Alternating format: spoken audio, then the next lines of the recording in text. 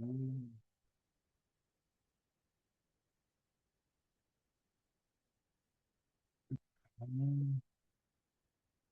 impeccable. Et on a Isabelle sur Zoom.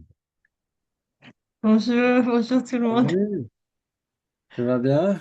Oui, merci. Excusez-moi, j'ai pas pu venir et je dois voyager demain pour le travail. Oui, non, pas de souci, ouais. Pas de souci, donc peut-être qu'on va avoir l'enregistrement audio cette fois-ci. Et D'accord. je les posterai comme d'habitude sur le WhatsApp. Eh bien, impeccable. Normalement, s'il y a s'il y a des interactions, si vous parlez normalement suffisamment fort, on devrait pouvoir vous entendre sur l'audio. Normalement. Mais on verra. Impeccable. Alors, super, bienvenue.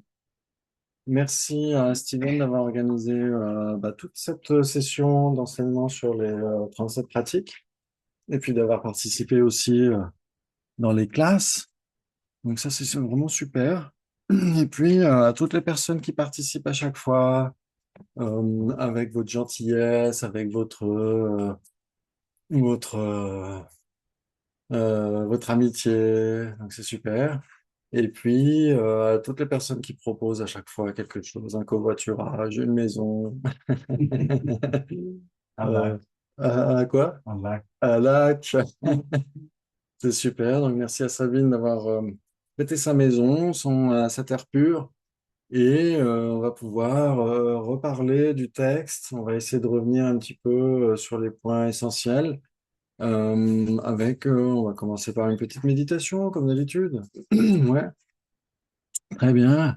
Et donc, vous pouvez visualiser votre maître racine, quel qu'il soit, dans l'espace en face de vous, comme d'habitude. Vous avez l'habitude, hein, à hauteur de l'entre-sourcil, pas très grand, lumineux, stable, etc. Souriant. Il nous accepte exactement tel que nous sommes. Et son sourire nous invite à rejoindre son état éveillé. Ouais, il nous dit ne restez pas dans la souffrance, vous pouvez rejoindre mon état, le même état que j'ai obtenu, de félicité, vacuité pour le bien de tous les êtres. Et donc ça, c'est l'encouragement qu'il nous donne. Et quel que soit votre maître et quelle que soit la forme qu'il va prendre, essayez de rester focalisé dessus pendant quelques temps.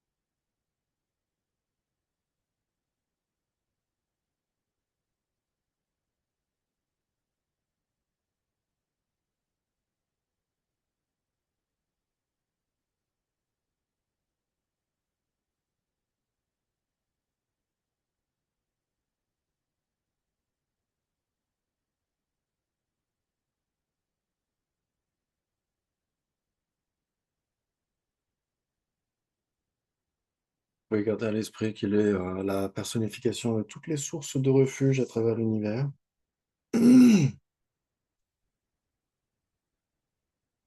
qu'il est empli des qualités infinies, de sagesse infinie, compassion infinie, puissance infinie.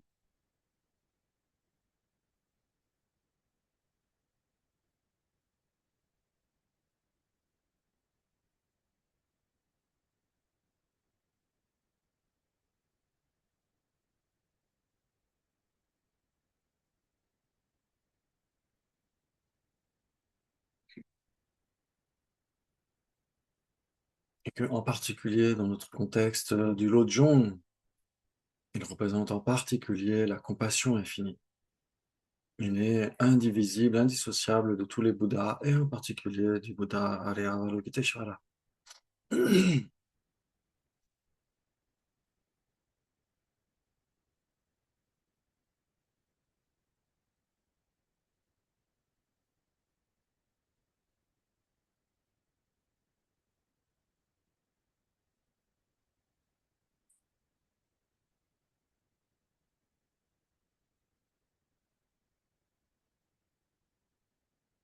Et puis le chant de Bodhicitta, mais sur tous les êtres autour de nous qui aspirent à être heureux depuis des temps sans commencement.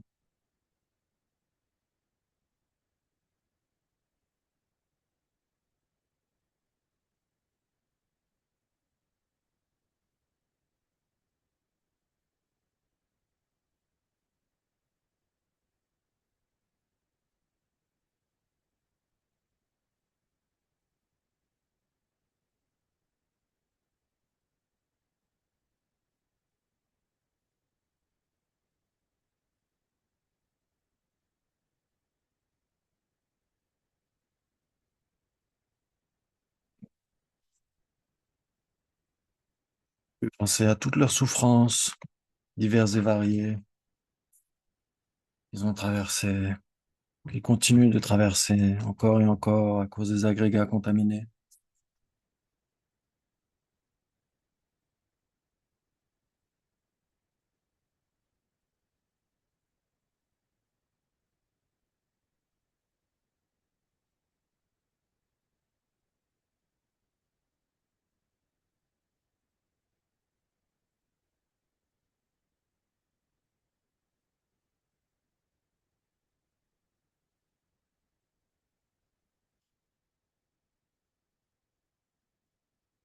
Vous pouvez penser aux souffrances grossières, manifestes, les différents types de maladies que peuvent éprouver les êtres, les maladies les plus bénignes jusqu'aux plus lourdes, jusqu'aux plus handicapantes, jusqu'aux plus difficiles à supporter, progressivement, à votre rythme.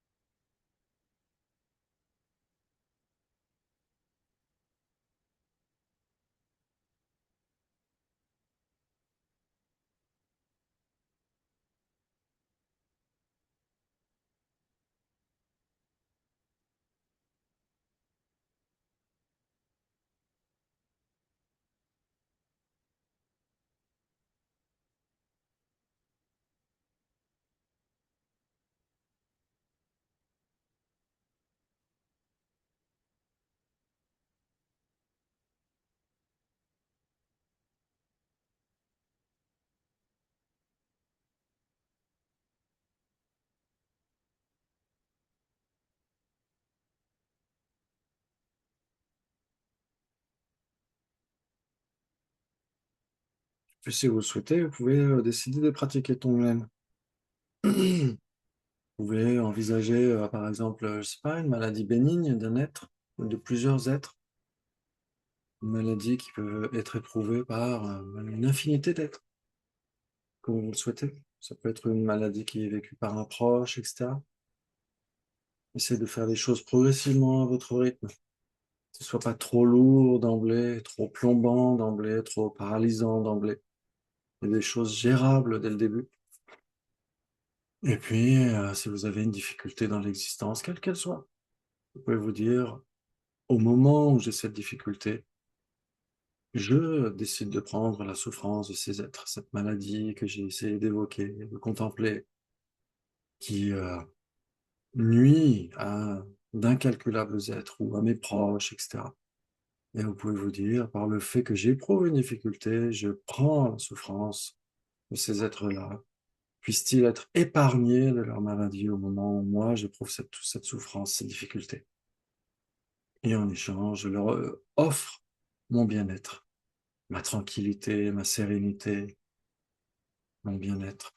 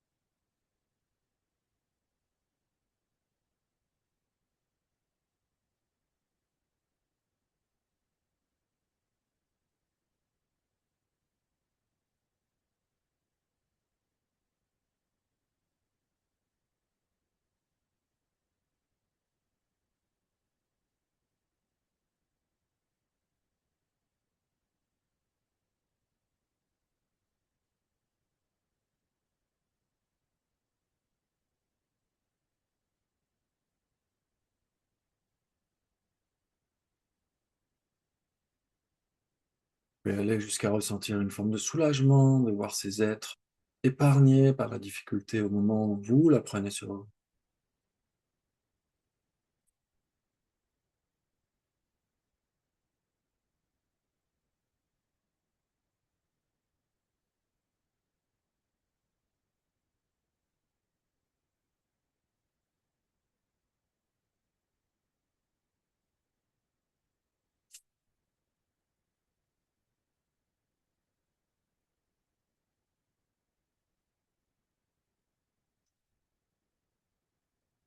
Vous pouvez bien sûr insister sur la visualisation quand vous inspirez. Prenez tout ça sous une forme d'une fumée noire ou de choses habituellement repoussantes, comme vous voulez, en fonction de la visualisation dont vous avez l'habitude. Tout ça vient à l'endroit où vous avez une difficulté, par exemple, si vous avez mal au genou, mal ailleurs, etc. Ça vient se dissoudre là, ça vient purifier totalement cette difficulté que vous pourriez éprouver. Ça détruit totalement la coquille de l'égocentrisme.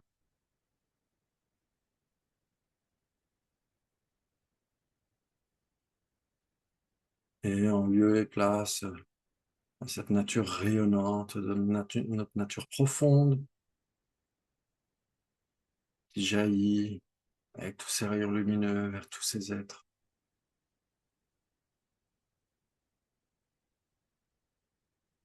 Et au moindre contact avec eux, leur octroie exactement ce dont ils ont besoin pour être plus paisibles, plus tranquilles, plus sereins, en meilleure santé, soulagés dans la joie et le bien-être.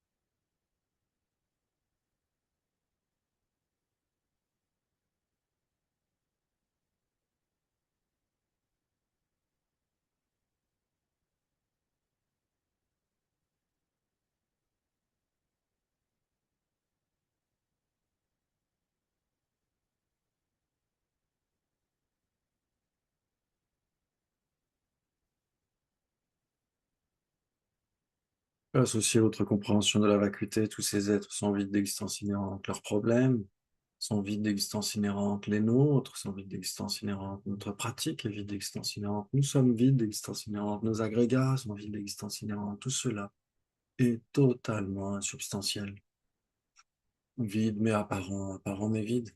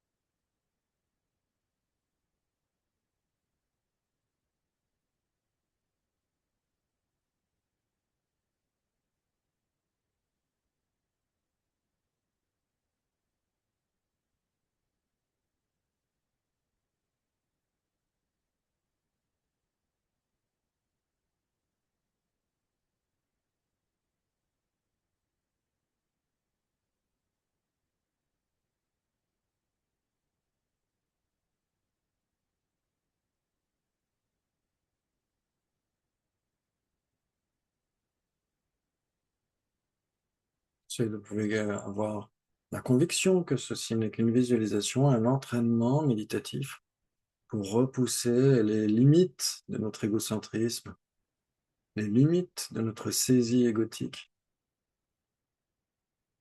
mais que ce n'est qu'une visualisation. Donc la meilleure chose à faire pour être en mesure d'aider vraiment tous les êtres à surpasser leurs problèmes, c'est d'obtenir la perfection nous-mêmes, la perfection intérieure. Toutes ces qualités qui ont été parachevées par notre maître aussi. Nous pouvons cultiver cette magnifique attitude de bodhicitta, puissé-je obtenir l'état de Bouddha pour le bien de tous les êtres.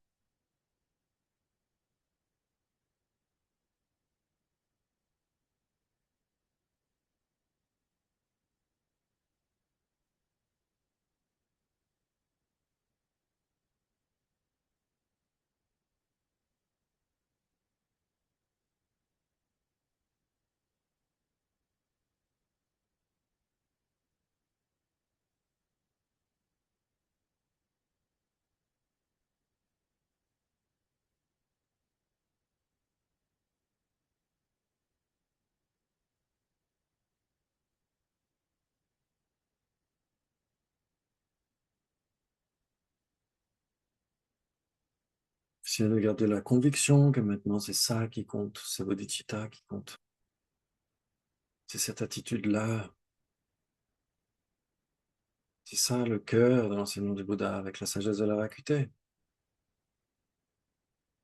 C'est ça qui donne un sens à notre existence. Nous sommes là parce que les autres sont là. Vous pouvez garder la conviction que vous n'abandonnerez jamais bodhicitta, même si de temps en temps vous pouvez faire une pause. Vous avez besoin de vous reposer, vous avez besoin de mettre un petit peu de temps pour vous aussi, pour vous relaxer, pour vous reposer, recharger les batteries, pour gagner en force intérieure et à nouveau, ensuite, être pleinement les deux pieds dedans dans la pratique. Mais que même si vous faites une pause, jamais vous n'abandonnerez bodhicitta. Que vous faites cette pause avec la motivation de bodhicitta.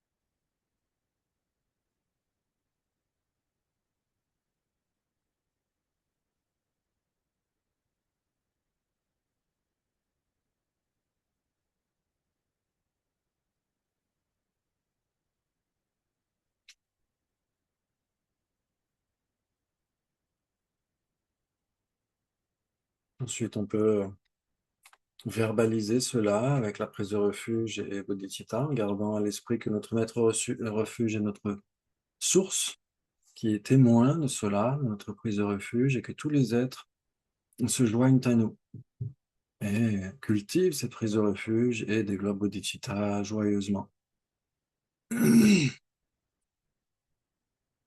Sangye Chudun Tsoki Chonam La, Junju Bardu Dani Kyabsu Chi, Dagi Jin Sogye Bet Sohnam Ki, Gora Banjir Sangye Drubara Sho, Sangye Chudun Tsoki Chonam La, Junju Bardu Dani Kyabsu Chi, Dagi Jin Sogye Bet Sohnam Ki, Gora Banjir Sangye Drubara Sho, Sangye Chudun Tsoki Chonam La, 전주바도 다니 캡스치 다기 진석이 배송난기 돌아간지 성게도 바라쇼. Notre source de refuge, notre maître racine est extrêmement satisfait de ça. C'est ça qu'il rêve, dont il rêve pour nous depuis les temps sans commencement. Que nous nous dirigions vers le fait de révéler ces qualités intérieures qui sont à l'état de potentiel dans notre cœur. Que nous puissions le faire pour le bien de tous les êtres, que tous les êtres puissent se diriger vers cette attitude-là aussi. C'est le plus beau cadeau, la plus belle offrande qu'on puisse faire à notre maître. Donc, il est tellement satisfait qu'ils font en lumière de félicité vacuité et à rejoindre le sommet de notre tête et le sommet de la tête de tous les êtres sans exception pour renforcer, stabiliser et bénir ces attitudes de bodhicitta, prise de refuge, renoncement, sagesse de la vacuité.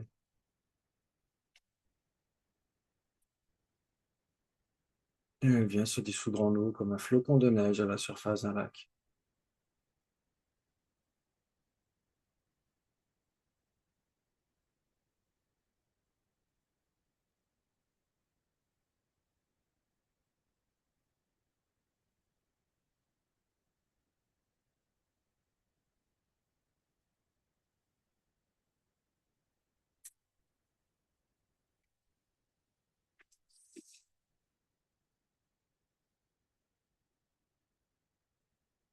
Vous pouvez simplement demeurer dans la grande simplicité naturelle de l'esprit à l'instant présent.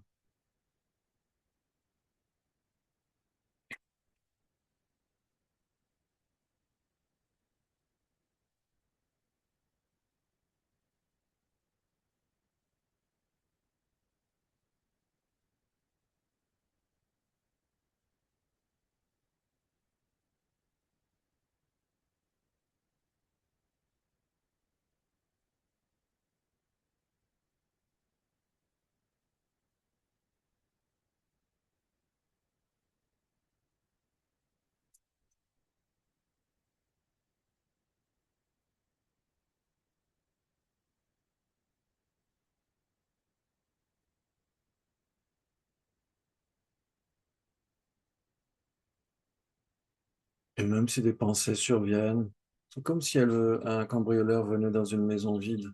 Il n'y a rien à voler. Donc il vient et il s'en va. Les pensées font pareil.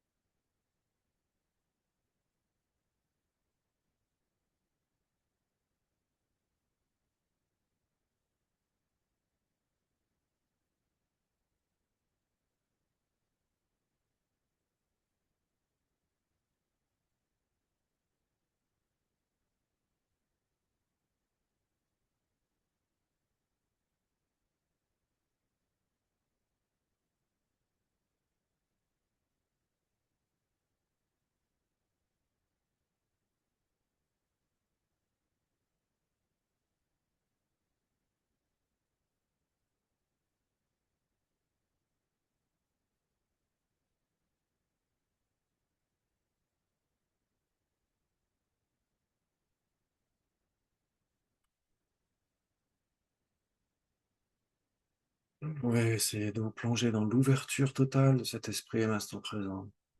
Il n'y a aucun confinement. C'est totalement libre et ouvert, totalement vide d'existence inhérente.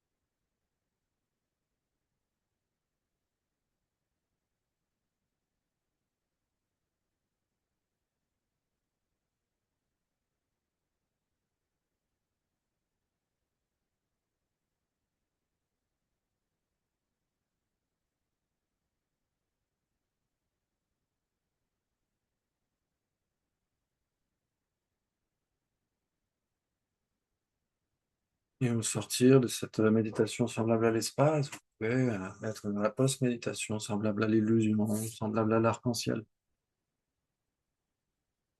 Ou alors c'est la déité qui se manifeste par le pouvoir de la compassion pour le bien de tous les êtres.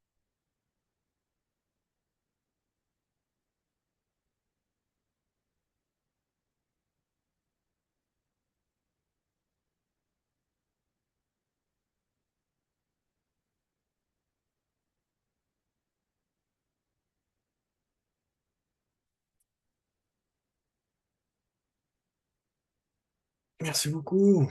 Très bien. Et donc, la dernière fois, vous avez fait quoi? J'ai mon deux jambes, j'ai même pas si vol.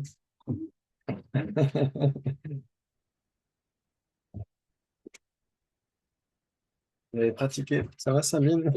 Derrière le poil. Tu veux que je me décale un peu? Tu m'entends? Vous avez pratiqué. Vous avez médité. Alors, ok. Alors, maintenant, on va faire le jeu de qui a obtenu le boumi le plus élevé.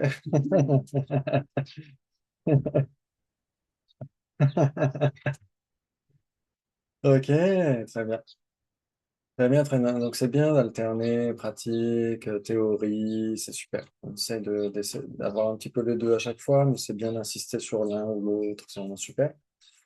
Et donc, en effet, vous avez terminé le texte, non? Oui, super.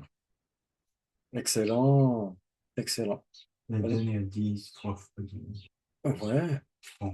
vous avez fait les 10 dernières strophes. Mhm. Ah, ok, très bien. Mhm. Super. Très bien. Et donc, en effet, ce magnifique texte a été composé par qui alors? Ouais, comme ça, on va faire un examen. Tiens, un examen. Ce week-end, vous passez l'examen. Oui, Torme Sampo, exactement. Donc, c'est Torme Sampo, un maître indien ou un maître chinois, un maître vietnamien, Intérieur, non? un maître, un maître vietnamien. Alors, justement, non. Il a composé le texte original en tibétain. C'est pas une traduction du texte tibétain.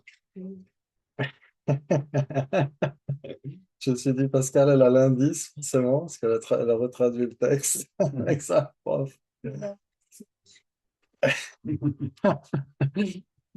C'est pour ça que c'est du diamant, ce texte, parce qu'il a été composé comme ça.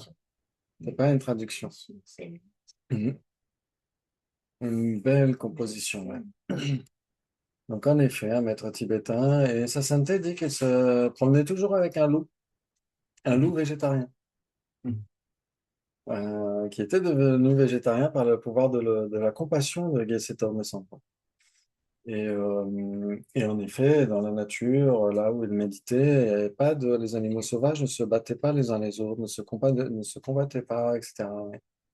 Et donc, on voit le pouvoir de la compassion qui est rayonné chez les autres êtres. C'est ce qu'on dit, en tout cas. Alors, parfois, certains récits sont enjolivés pour inspirer les ouailles, mais j'imagine quand on voit sa sainteté, qu'on est plus paisible, qu'on est moins dans le petit train-train habituel. J'imagine que ouais, ça devait être le même cas pour les gens les êtres qui côtoyaient ce maître. Très bien, ok. Et donc, en effet, il essaie de parler des pratiques des bodhisattvas. Et en général, on y va de manière progressive. Ça, vous savez que c'est une partie intégrante du Lamrim, hein, les étapes de la voie vers l'éveil. Ça, vous savez, vous connaissez par cœur. Vous avez au moins les grandes étapes du Lamrim à l'esprit. Ça, c'est sûr, c'est obligatoire. Ça, vous les avez. Vous savez qu'on commence toujours par l'étape numéro un, puis l'étape numéro 2. Combien? C'est facile l'examen. Et après, à 3. Exactement.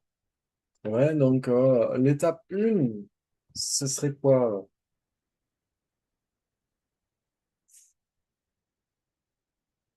Dans le Lamrim, par exemple, l'étape. Alors après, ouais, c'est une question qui n'est pas facile parce que ça pourrait vouloir dire c'est quoi le tout premier point évoqué dans le Lamrim?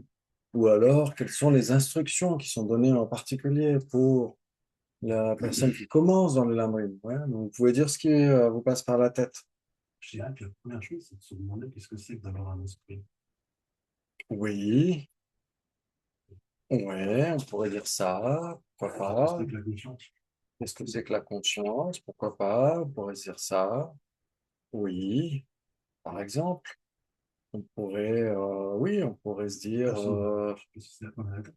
ouais, Précieuse connaissance humaine. précieuse résistance humaine. La Ça, connaissance, c'est précieux, c'est le mec qui est là. il y a le maître, l'impermanence et la mort. Qu'est-ce qu'il y avait aussi? Après, il y aura le karma, la matérialité, ensuite. Voilà, exactement. Tout à fait. Très bien. Exactement. Waouh. Je pense que c'est plutôt vous qui devriez être assis à ma place. Mais ça, je le pense, hein. Il y a certains cas où on se dit, mais pourquoi c'est moi qui suis là? C'est plutôt vous qui devriez être là. Enfin, bref. Oui, exactement. Tout à fait. Ce que je me dirais, moi, c'est qu'est-ce que je fais là?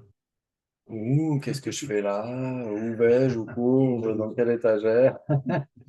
Exactement. Faire un bilan. Quel est l'intérêt d'exister? Pourquoi nous existons? Pour être heureux. Pour être heureux. Et donc, le voyage qu'on se propose, c'est le voyage vers le bonheur. Et les étapes de ce voyage vers le bonheur, c'est exactement ça, c'est le lambrim, ouais. Tout à fait. Exactement. Et donc, on essaie de s'y entraîner, de connaître les points principaux, quoi. Exactement comme quand on veut faire une feuille de route. C'est-à-dire, on doit passer par telle ville, telle ville, telle ville pour arriver à telle destination, ouais. Et donc, en effet, on a toutes ces étapes cohérentes qui sont mentionnées. Et donc, en effet, on a les attitudes, l'attitude initiale. On va chercher à se débarrasser au moins des renaissances les plus grossières, des souffrances les plus grossières, ouais. Et donc qui se trouvent dans les renaissances inférieures. Donc on essaye autant qu'on peut de faire de son mieux pour éviter d'accumuler les causes de ces renaissances-là. Si on les avait accumulées, on peut toujours faire quoi? Purifier, purifier. Purifier. Exactement. On peut toujours essayer de se dire, bon là, j'ai déraillé, là j'ai été à côté de mes pompes. J'ai été chercher les causes du bonheur là où elles ne se trouvent pas. Et donc, on peut se dire, OK, je regrette cela du fond de mon cœur. J'essaierai de le faire de moins en moins, progressivement à mon rythme, d'être précautionneux, de pas chercher à être tout de suite dans, si, demain je serai parfait, demain je serai un saint, etc. Donc, on y va progressivement, etc. Et se dire, je ferai de mon mieux. Ouais, comme ça, on est attentif à soi-même. On fait attention. OK. Et en effet, donc, on essaie de transformer son esprit, ouais, grâce à tout ça. Donc, l'attitude initiale, échapper au moins aux renaissances inférieures qui sont remplies des souffrances les plus grossières. Parce que si on est imprégné par ces souffrances les plus grossières, c'est très difficile, bien sûr, hein, de chercher les clés du bonheur. Forcément, on est obnubilé par, imaginons, si on a un mal de dents, si on a une migraine, etc. Vous savez tous hein, que c'est très difficile d'être là, essayer de méditer quand on a une difficulté, forcément. Donc, forcément, on essaye de se dire, OK, quels sont les moyens d'échapper à ces renaissances inférieures? C'est Tu as dit, voilà, Mm, l'éthique, exactement, minimum ouais. syndical. Ouais, tout à fait. Anglais. Exactement. Oui, oui. Oui, oui, c'est ça, hein. C'est l'éthique, ça veut dire essayer de faire attention à nos actes, essayons d'être non violents au maximum, de ne pas chercher à faire du mal aux autres. C'est vraiment le minimum syndical. Si en plus on peut les aider, c'est encore mieux. On essaie d'éviter de se faire du mal à soi-même aussi, on essaie de faire attention. Alors, c'est pas toujours facile, hein. On va pas nécessairement voir le médecin quand on devrait aller le voir, par exemple. Donc, on dit, ouais, on conseille aux autres, ouais, faites attention à vos agrégats, etc. Mais on ne fait pas nécessairement ce qu'on dit aux autres. C'est faites ce que je dis, mais pas ce que je fais. Donc, c'est pour ça que c'est bien aussi d'avoir dans l'humilité, se dire, OK, est-ce que moi-même je pratique ce que je conseille aux autres? Pas nécessairement. Donc, on essaie de se dire, OK, je vais calmer les chevaux par rapport Un conseil que je donne aux autres. Je vais peut-être d'abord donner les conseils aux autres pour que ça résonne chez moi. C'est ce que je suis en train de faire dans le cours que je suis en train de faire. C'est surtout à moi que je le donne en réalité. Donc, c'est bien. Comme ça, c'est gagnant-gagnant. Donc, comme ça, c'est utile pour tout le monde. Ouais. Ok. Donc, essayer de voilà, calmer les chevaux au niveau de par rapport aux négativités.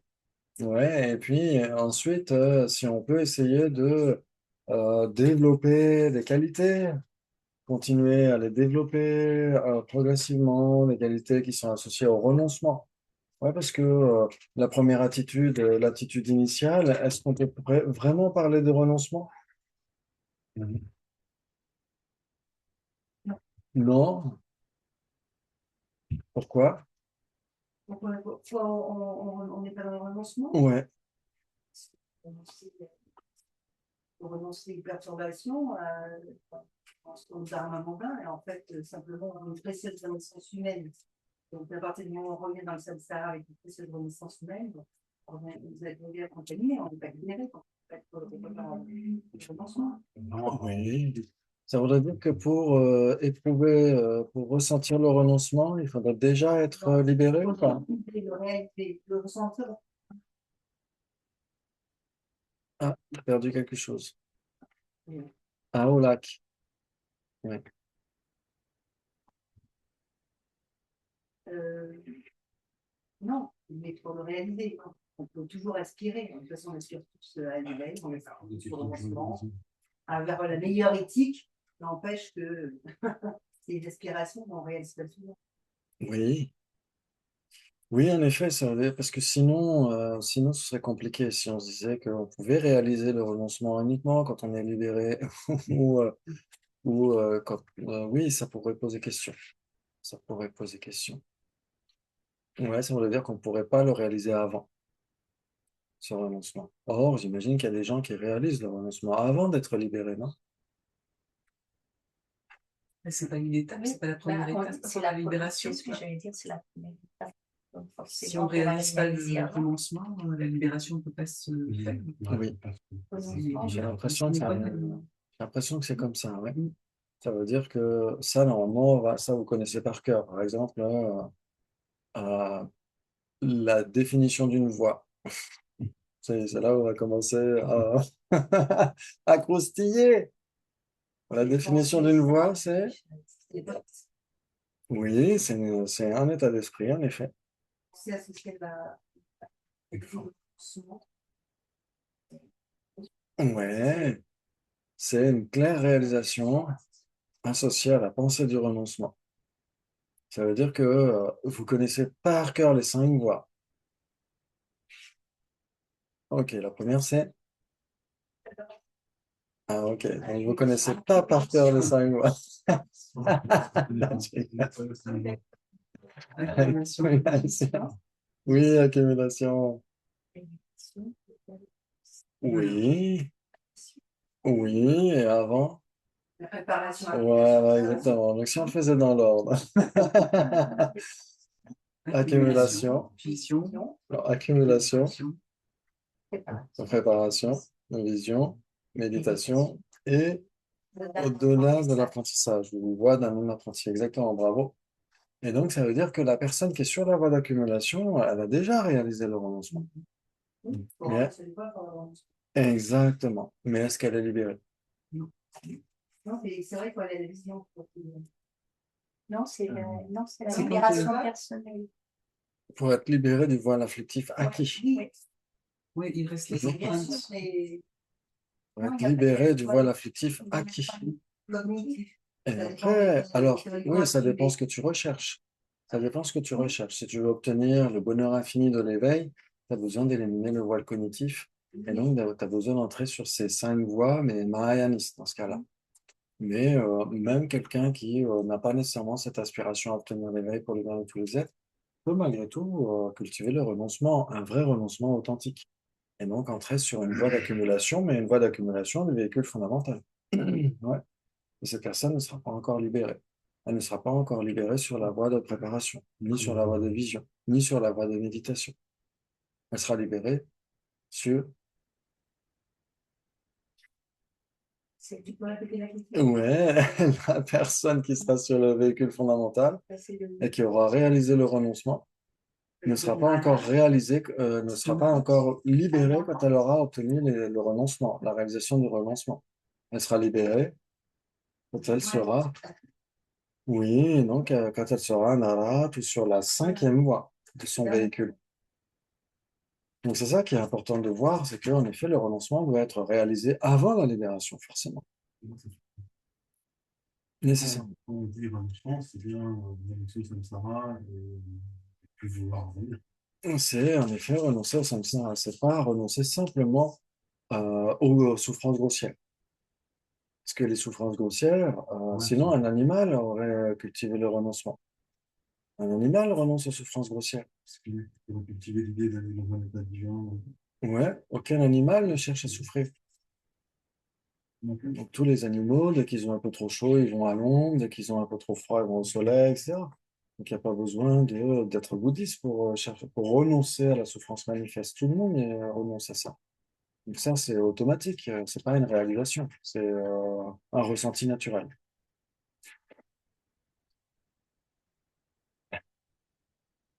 Et donc en effet, ouais, c'est pas le vrai renoncement. Si on disait, OK, je renonce je renonce au chocolat, est-ce que c'est le vrai renoncement? ouais, quand même. Mais vrai tout que- dépend de l'état d'esprit quand on renonce au chocolat. Oui, Il y a quand même un désir qui est contrôlé, certes, mais qu'il y a le désir qui est là. On renonce, mais mentalement, c'est compliqué. mhm, Donc, il y a quand même une souffrance. oui, Voilà, il faut renoncer au chocolat et ne plus avoir la souffrance ouais, de l'attraction. ouais. Ouais, donc dans ce cas-là, est-ce qu'on pourrait même vraiment parler de renoncement? Ce serait même difficile à dire s'il y a toujours un attachement, Bien sûr. j'imagine. J'imagine s'il y a toujours un attachement, le renoncement, le vrai renoncement n'est même pas là. Je pense que le renoncement ne se fait qu'avec plaisir. J'ai l'impression. Oui, Ouais. exactement. C'est que c'est pas. Oh là là, non, non. Oh là là. Là, ça, ce serait pas le vrai renoncement. Le renoncement, c'est.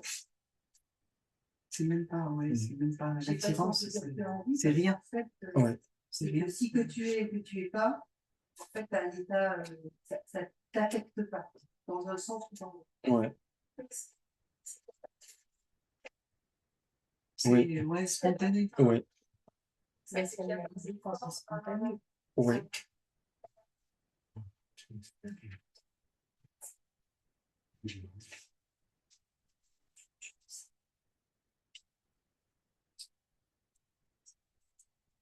oui. En effet. Oui, exactement. Et je pense qu'il y aurait peut-être une différence. La personne qui a renoncé au chocolat peut très bien ressentir du plaisir quand elle mange un morceau de chocolat.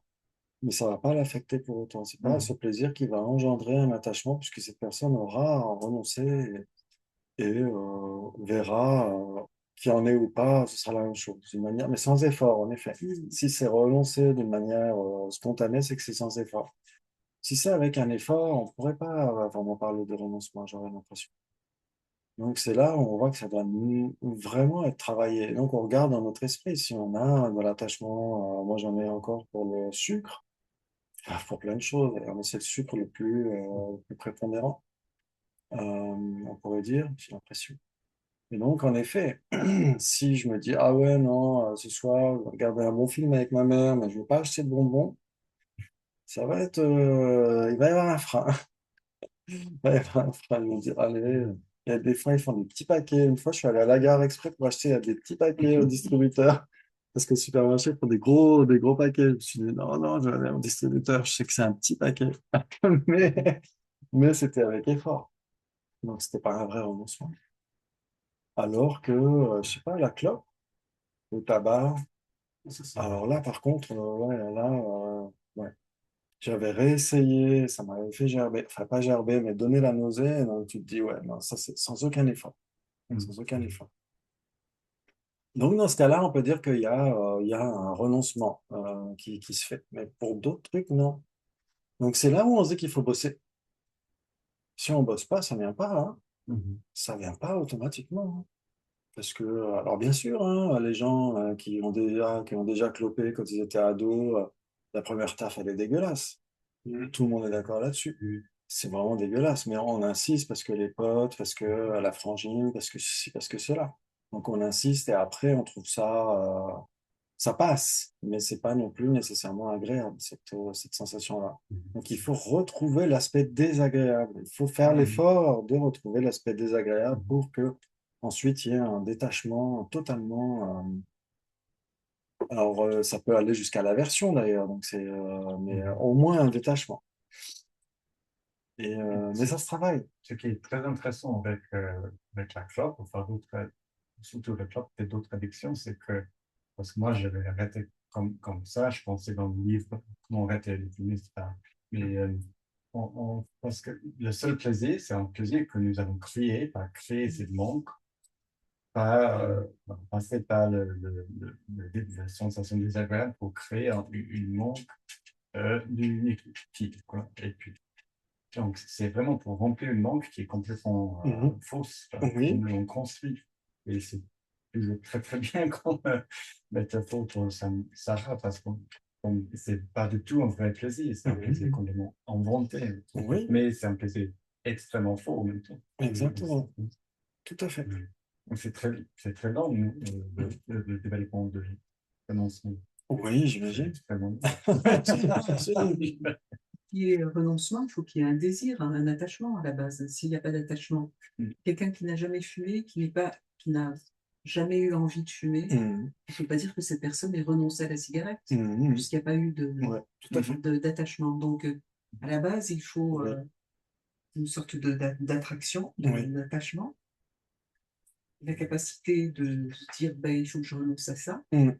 et arriver à y renoncer. Oui, Voilà. Donc, exactement. euh, Tout à fait. Par exemple, en effet, il ne faudrait pas se dire que, il y ait un renoncement pour nous d'aller, je sais pas moi, dans un lieu dans lequel on n'a jamais été, parce qu'on ne peut pas avoir d'attachement, on n'y a jamais été. On pourrait à ce moment-là être attaché à un pays, je sais pas moi, ou à un lieu qu'on n'a jamais visité en France, ou je ne sais quoi, et être attaché à ça, mais sans y être allé. Ça pourrait être peut-être plus difficile. Mais si on y a été, mais qu'on est attaché à ça, là, c'est encore plus difficile de se débarrasser de cet attachement. C'est là où renoncer est très difficile. Parce que, oui. Que dans le terme renoncement, il y a un petit peu notion de privation. Mhm. Alors que je me dis, le renoncement, c'est plus comme l'indifférent, enfin, quelque chose comme le tigre qui regarde la toute terre. Oui. En fait, ça fait rien. Et, c'est après la lutte, en fait. Enfin, Mhm. le renoncement, je trouve qu'il y a un peu ce truc de privation. Oui. Alors qu'en fait, la privation, c'est juste que la compris que Mhm. c'est peut-être en l'étape. fait, il n'y a rien à chercher dans le monde. Ouais. Et que tu n'as plus d'énergie à mettre là-dedans.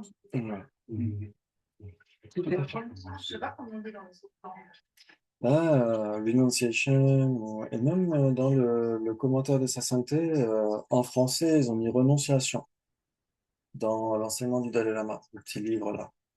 Mettre renonciation, moi je connaissais pas, je connaissais renoncement, mais c'est vrai qu'il y a en Occident cet aspect péjoratif du renoncement, de la résignation. Moi j'aimais pas quand j'étais plus jeune la résignation, se résigner. C'est-à-dire que tu te résignes parce que bah t'as aucun autre moyen. Tu T'as pas le choix. T'as pas le choix. C'est exactement ça. C'est juste qu'on est quand même justement de ce cycle. Mm. On renonce à ce cycle. Oui. Moi, je dirais pour le processus de cultiver le renoncement, ça passe bien quand un peu comme le deuxième strophe de renoncer son pays natif, Mm. soit littéralement ou métaphoriquement. Donc, il faut un effort. Mm. Et c'est effectivement de se priver de quelque chose, mais là, pour atteindre un état de pas un autre mot, Mm. pour atteindre un état de libération.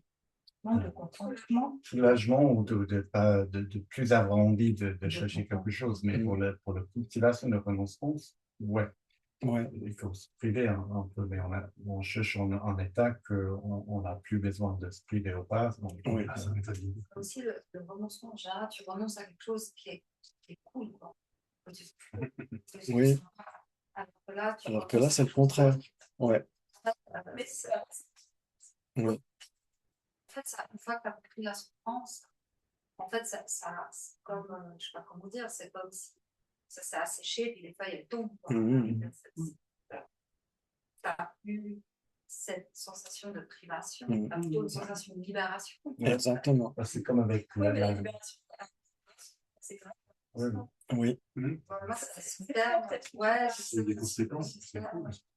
Mais c'est ouais, comme avec la clope, en gros, que quand on veut s'arrêter, c'est extrêmement difficile. Et une fois c'est vraiment coupé, Mhm. c'est tellement facile. Mhm. On va pas même aller vers. Oui, Il n'y a aucune plaisir, aucune oui, envie, donc c'est très facile. Mhm. Donc, c'est toujours très bien comme métaphore, je pense. Ouais, ouais, ouais, tout à fait. Oui, Oui. je dirais, mhm.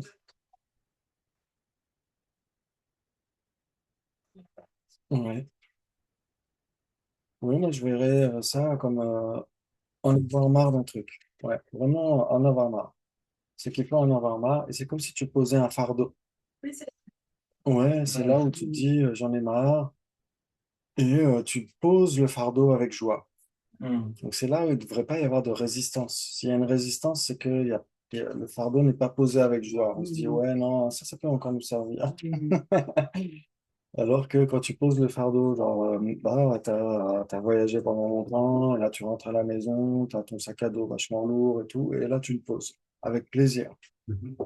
C'est un peu la notion de ça, c'est de se dire que, en effet, c'est un plaisir. C'est le plaisir de renoncer la vraie notion de renoncement, hein, pas renoncer à quelque chose de bien, mais renoncer à quelque chose de négatif. C'est, c'est quelque chose de plaisant. Bien plus plaisant que de se complaire dans le truc dans lequel on se complaisait. pour ça que la situation, vraiment, Mm. la sensation très, très, très forte que c'est vraiment horrible. Mm, mm. D'où la nécessité de cultiver ce regard. Sinon, on voit pas à quel point c'est horrible. Malgré tout, ça demande quand même beaucoup d'efforts parce qu'avant que la sente plaisir, il faut s'entraîner, il faut faire des efforts, il faut se préparer. Et c'est qu'après que tu as du plaisir. Mais c'est tout un travail, c'est tout un Mm. entraînement comme un entraînement sportif. Oui. Tu souffres, entre guillemets, parce que tu Mm. fais des efforts quand tu étudies, hein, Mm. quand tu travailles. Et après, tu as une satisfaction, un plaisir. Oui, Mais ça demande des efforts, bien sûr, beaucoup de travail. exactement. D'où l'importance de ce voyage spirituel, parce que sinon bah, on reste des êtres ordinaires comme on l'a toujours été, en fait. Hein. Entre-temps, nous, on a été depuis des temps sans commencement, mais il y en a qui se sont éveillés depuis des ères cosmiques, etc. Parce qu'ils ont cultivé tout ça. Ils ont cultivé ce regard. Et nous, on n'a pas eu peut-être la chance de le faire parce qu'on était pris dans une renaissance inférieure pendant très longtemps ou parce qu'on avait une précieuse existence humaine, mais on n'en a pas tiré avantage, et donc c'est passé comme un clin d'œil, puis après on a fait autre chose. Mais c'est ça, parce qu'on parle de précieuse existence humaine, mais on a beaucoup, la précieuse, il passe à côté, en fait. Oui, oui, et ça a été notre cas pendant longtemps. Donc si on se dit que finalement on a une précieuse opportunité là, de se dire on a toutes nos facultés, on a toutes les conditions pour le faire, et donc ça peut nous inspirer, ça peut nous inspirer.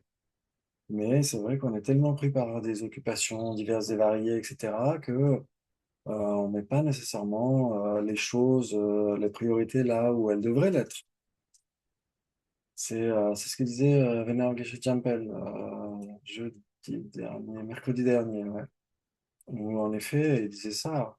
Il disait que si on est encore, nous, des êtres ordinaires, alors qu'il y a plein de Bouddhas qui sont là depuis des temps sans commencement, donc qui sont là depuis longtemps, c'est que justement, eux avaient cet intérêt pour étudier la vacuité, alors que nous, on se dit, ouais, ouais, la vacuité, c'est sympa, mais c'est pour les autres.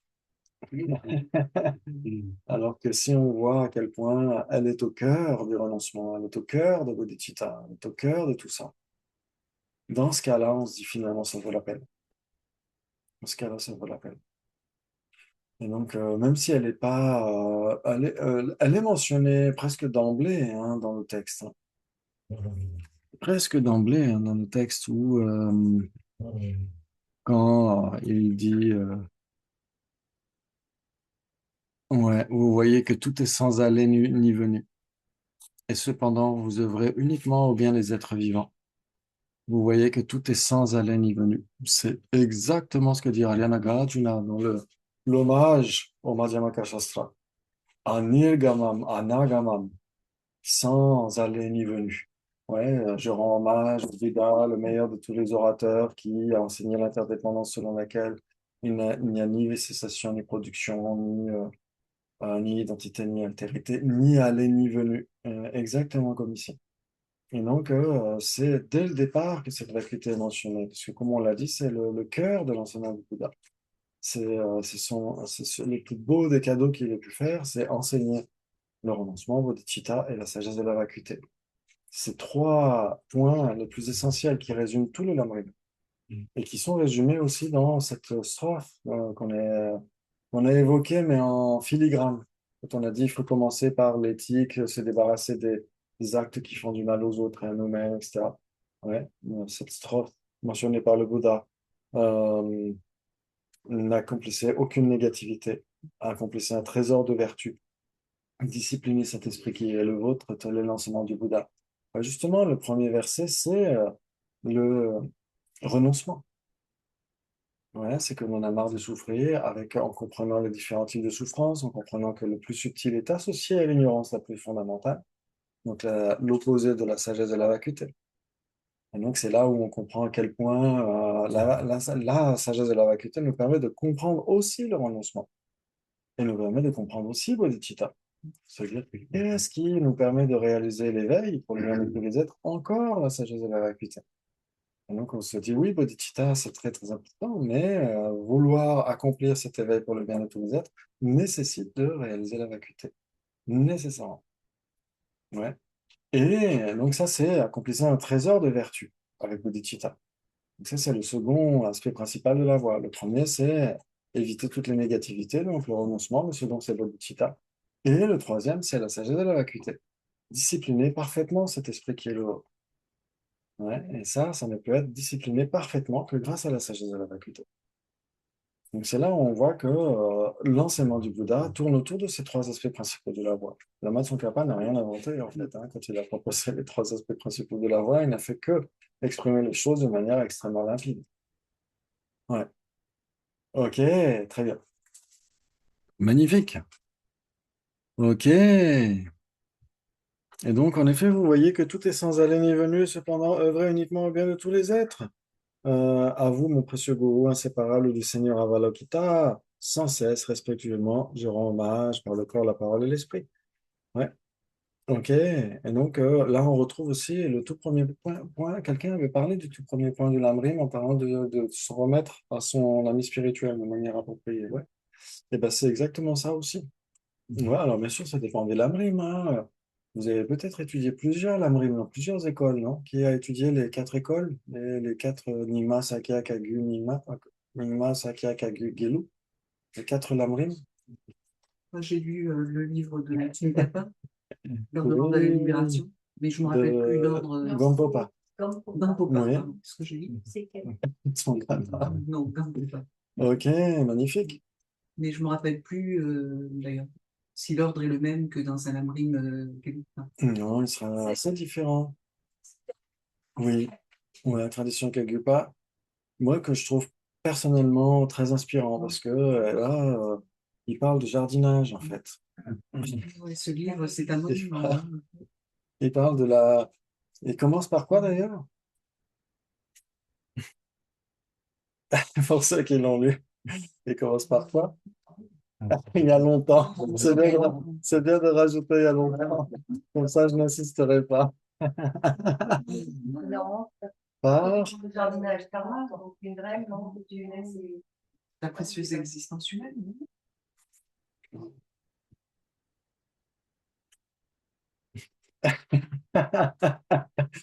Ok.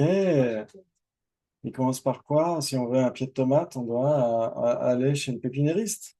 Ah oui, donc la loi de connecter. Bah, c'est Non, la on vie doit... spirituelle, c'est la vie de nous. Non, pas encore. Pas encore. Non. C'est quoi la graine de l'éveil? Non, pas encore. La graine de l'éveil, par exemple, si par exemple, ok, si vous plantez un caillou, est-ce que vous aurez un pied de tomate? La nature de Bouddha. Ah, la nature de Bouddha. Dieu Gampopa commence par la nature de Bouddha. Parce que sans la nature de Bouddha, aucune chance d'obtenir l'éveil. On pourra avoir un maître spirituel, on pourra avoir les instructions du Lamrim, les connaître par cœur, les méditer pendant des années, des siècles, des millénaires, des ères cosmiques, jamais l'éveil ne viendrait. Et donc, qu'est-ce que ça implique d'avoir la conscience de la nature de Bouddha? Qui est la vacuité. Alors ça dépend ce qu'on évoque comme étant la nature de Bouddha. Il y a une double nature, ouais. Bon, ça, on l'a vu quand on avait étudié les Kaya. Ouais, c'est ça. Ça, je vais pas encore, j'hésite, mais J'ai envie.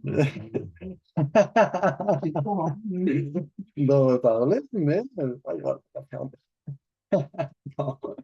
Ok. Ou en effet, on a une double nature de Bouddha. Ouais, il y a une nature permanente et une nature impermanente, ça vous le savez. Ok. Et donc, mon avis de Jay Gampopa parle surtout de la nature impermanente. Mais il faudrait que je le relise. Ok, donc ça c'est la graine, c'est-à-dire sans la graine, il n'y a rien. C'est la cause substantielle de l'éveil. Sans cette cause, il y a rien. Mais en même temps, si on a la cause, si vous avez une graine et que vous la mettez dans un écrin, dans un musée, elle ne nous donnera pas non plus un pied de tomate. Ouais, donc c'est pourquoi on a besoin des conditions coopérantes. On a besoin de la mettre dans la terre, par exemple. Ouais, on a besoin de la mettre dans la terre. Le support favorable. Ça, le support favorable, c'est quoi? Je sais pas, C'est... faut la cultiver après, faut en prendre soin. Ouais, mais il faut d'abord la mettre quelque part. La sortir du paquet. Parce que là, on l'a acheté chez le pépiniériste. Ok, tout va bien. On a une bonne graine, en bonne santé, tout va bien. Exactement. Il faut mettre la graine en pleine terre, donc sur un support favorable. Et là, cette graine, cette nature de Bouddha, cette graine de l'éveil, il faut aussi qu'elle ait un support favorable. La pression l'existence humaine. Ouais, ça vous parle? Donc, dans ce cas-là, on comprend pourquoi c'est si important d'avoir cela. Et ensuite, en effet, les autres conditions, bah, la rencontre avec un ami spirituel et les instructions qu'il va nous donner, donc tout le reste. Donc, c'est là où on retrouve la Marine Kagupa dans cet ordre-là. C'est D'un autre magnifique. côté, si tu n'as pas un maître en ce qui me concerne, tu n'avais pas eu quelqu'un que j'ai rencontré, qui m'ait présenté tout ça, je n'aurais jamais pensé que j'ai la nature de Bouddha. Oui, Donc, c'est bien par les enseignements, par les livres, par la rencontre avec d'autres personnes. Oui, mais c'est là que l'orientation peut pas, tu vois. en fait, Non, mais ce que je veux dire, voilà. c'est que en fait, la nature de Bouddha, c'est pas le maître qui te la donne. Non. Il faut d'abord l'avoir, enfin, on l'a de toute façon.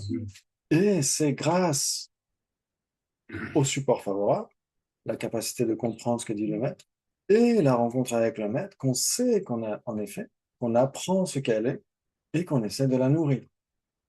En effet. La nature de Bouddha est en chacun de nous. Tu as des tas de gens qui vont dans des temples, qui visitent comme Corning, Mhm. juste pour visiter, qui écoutent une bribe d'enseignement, Ouais. mais il n'y a pas l'étincelle qui se fait. Mhm. Donc il y a d'autres conditions qui doivent agir. Oui, forcément. Toujours. C'est ce que, il y a jamais, dans la tradition bouddhiste, il n'y a jamais une seule cause. C'est toujours, il y a. Et alors, en fait, après, il y a tout le reste, en effet. Ça veut dire les premiers points dans chez Djegampopa, c'est la nature de Bouddha, le support favorable, donc la précieuse existence humaine, et la rencontre avec le maître. Et c'est après qu'on a les instructions. Donc, les instructions données aux trois types d'individus qu'on retrouve dans les autres langues. Et en effet, c'est en commençant par là. Et je trouve ça extrêmement inspirant. Donc après, si vous avez étudié ces textes-là, essayez de remettre le nez dedans. C'est super C'est-à-dire utile. qu'on les a étudiés avant Oui, le reste. Donc, il y a un moment où il faut peut-être faire un retour en arrière exactement. et reprendre ce qu'on avait étudié au Ouais. début. Parce que c'est que maintenant que ça s'éclaire. Oui. Et là, on se dit, ah ouais, mais les Guélopas n'ont rien inventé, le Watson Kappa n'a rien inventé, il n'a pas inventé une nouvelle école, il n'a fait que synthétiser ce qui existait déjà. Donc, si on étudie, en effet, dans une tradition comme la FPMT, qu'on remet le nez dans la tradition de Nyingma, Sakya Kagyu, ah, ça nourrit notre compréhension, notre pratique, et on peut vraiment en retirer des choses, vraiment. Comme à l'inverse aussi, hein, ce que dit Sassante, à l'inverse est vrai aussi dans les autres écoles, on peut étudier dans la tradition Gelugpa et en retirer de grands bienfaits, hein. On voit ce qui se passe à Luce, par exemple, hein, avec mon frère Kagupa qui trouve énormément de choses en étudiant chez les Gelugpa, chez Analanda. On peut voir les bienfaits que ça peut apporter, les mélanges. Et une fois qu'on a une structure un peu stable dans une tradition, c'est bien ensuite de nourrir tout ça. Parce que c'est pas contradictoire. La nature de Bouddha, c'est aussi de la nature humaine. Quand tu dis sur les penseurs, les penseurs en France, les catholiques, justement, ils ont cette partie, il n'y a pas de nature, mais il y a toute cette nature de compassion, d'empathie, d'amour, etc. C'est l'être humain, enfin l'être en général, pas les animaux, on a tous ce potentiel. Oui, en effet, il y a une compassion, mais en effet, on pourrait se dire, est-ce que la nature de Bouddha peut simplement se développer simplement par la compassion? Ce serait difficile à dire. Je n'ai pas dit ça, mais c'est la nature humaine.